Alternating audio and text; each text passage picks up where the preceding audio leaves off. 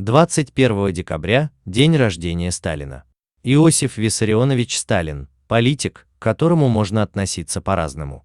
Но нельзя не признать, что 21 декабря 1878 года родился величайший деятель XX века. Никто в Советском Союзе не был равнодушен к личности великого вождя народов. Великий руководитель не менее великой страны оставил огромный след в истории. Кто-то считает Сталина самым лучшим правителем в истории СССР, а кто-то наоборот, человеком, по вине которого погибли миллионы людей. Можно сказать одно точно: Иосиф Виссарионович – личность значительная в мировой истории и стоит пристального рассмотрения. Родился будущий генералиссимус СССР 21 декабря 1878 года в городе Горе, что расположен в Грузии. Родители в будущем Сталина, а при рождении – Джугашвили, были не самыми обеспеченными людьми, можно сказать, они были из низкого сословия. Возможно, данный факт помог закалить характер Иосифа Виссарионовича, ведь есть доказанный факт: люди, росшие в тяжелых условиях, добиваются в жизни большего, чем в тепличных. Иосиф, окончив духовное училище, в 16 лет поступил в Тифлисскую духовную семинарию. В период обучения Джугашвили начали развиваться идеи марксизма на территории царской России. Именно во время учебы Сталин проникся марксизмом и подпольно стал продвигать его идеи в массы. Во время учебы Сталин показал себя весьма способным и одаренным учеником, ему легко давались все предметы, а в свободное время он писал стихи. Однако за пропаганду марксизма Иосиф был исключен из академии на 5-м курсе. В дальнейшем он продолжал нести в народные массы идеи марксизма, и этим он занимался на протяжении многих лет.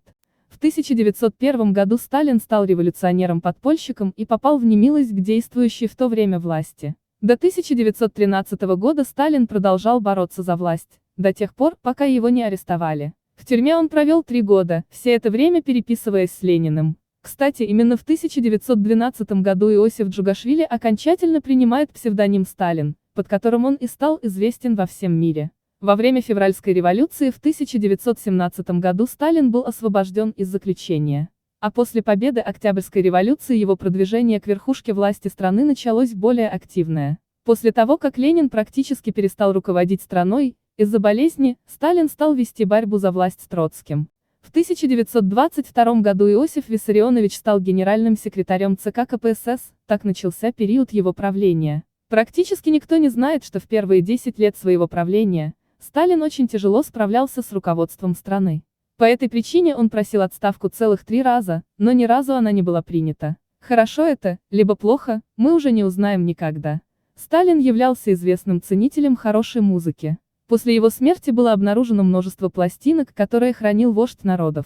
Среди прочих там были пластинки с гимнами различных стран. Особо ценные пластинки он отмечал крестиком. Во время просмотра фильмов, при появлении сексуальных сцен, мог впасть в гнев и не досмотреть картину.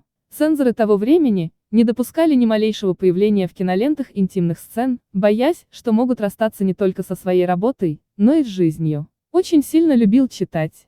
Дневной нормой Сталина было примерно 300 страниц.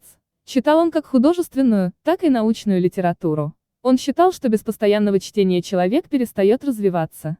Иосиф Виссарионович Сталин крупнейшим мировым таблоидом дважды признавался человеком года. Таймс в 1940 и в 1943 году именно ему присуждал почетное звание. Без сомнения, было за что.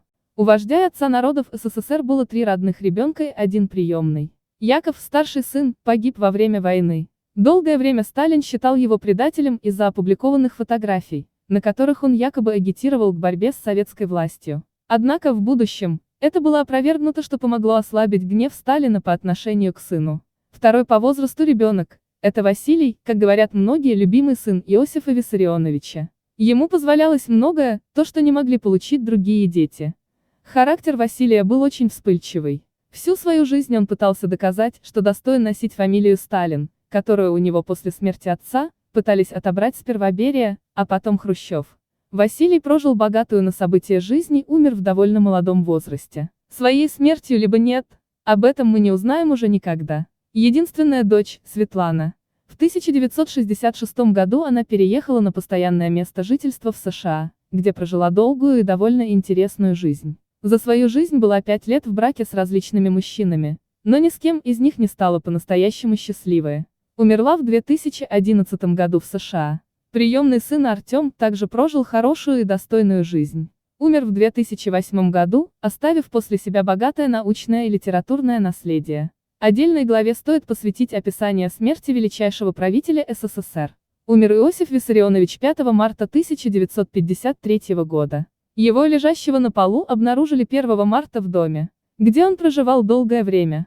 Врачи диагностировали паралич части тела. Врачи боролись за его жизнь несколько дней, но все попытки оказались тщетны. Вечером, примерно в 21:30 была диагностирована его смерть в результате кровоизлияния в мозг. Эта версия по сей день считается официальной, но далеко не все историки верят в ее реальность.